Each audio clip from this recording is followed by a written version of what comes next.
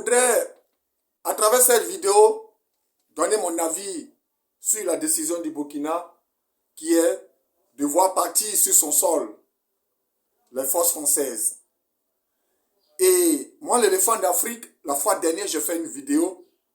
Voilà, et j'ai jugé bon de respecter la souveraineté de cet État. De respecter les principes de ce pays, qui est le Burkina Faso. Aujourd'hui, moi, l'éléphant d'Afrique, j'ai encore décidé d'aller encore plus en profondeur. Voilà, pour vous dire que cette idée est ancienne. C'est une idée qui ne vient pas d'aujourd'hui. C'est une idée qui vient de ceux-là qui ont été les premiers à proclamer l'indépendance de ce pays, le Burkina Faso, ex-Haute-Volta. Donc moi, l'éléphant d'Afrique, ici, je vous ai toujours dit que je suis ici pour conscientiser. Ce qui est vérité, il faut en parler. Vous comprenez? Ce qui est vérité là, il faut en parler. Donc moi, l'éléphant d'Afrique, mon rôle ici, c'est de conscientiser le peuple. Voilà. Et ouvrir les esprits. Parce que c'est de ça qu'il s'agit. Donc, Ozi Tali dit, l'éléphant d'Afrique vous salue. Je disais tout à l'heure que cette idée est ancienne. Une très vieille idée. Vous savez, pendant l'esclavage, avant l'indépendance, le peuple avait besoin vraiment de ce ouf. Et arrivé à une ère, les promesses ont commencé à se dessiner. Vous ne serez plus esclave, vous ne serez plus temps, vous aurez votre indépendance, vous allez décider de vous-même. Est-ce que je me fais comprendre? Et cela a encore pris du temps. Voilà que les promesses ont été tenues. L'indépendance du Burkina a été proclamée par Maurice Yamoyogo, qui fut le premier président de la République du Burkina. Le peuple était content. Oui, le peuple était content. Vraiment, ça dansait de gauche à droite.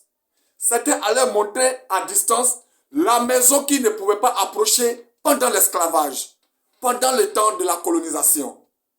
Le peuple était heureux. Vous comprenez? Cela est encore pris du temps.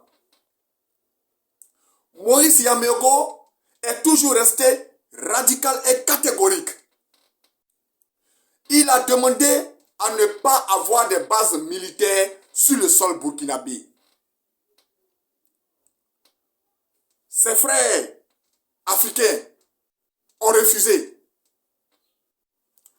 Et l'un d'entre eux lui a demandé, mais ta décision là est très forte. Tout ce que vous voyez là ont tous accepté.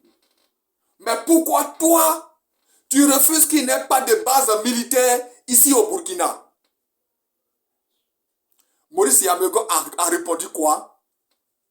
La présence des bases militaires sur le sol burkinabé ne me donne pas l'assurance d'être indépendant. Vous comprenez très bien. La présence des bases militaires ici au Burkina ne me donne pas la confiance que je suis indépendant. Vous comprenez?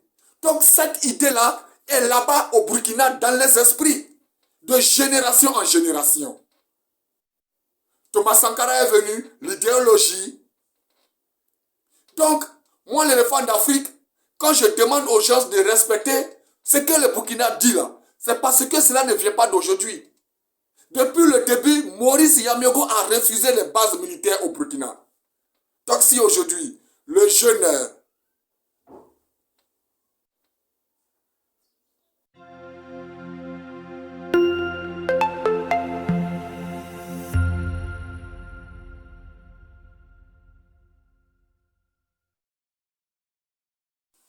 Je suis aux Italiens, dit l'éléphant d'Afrique.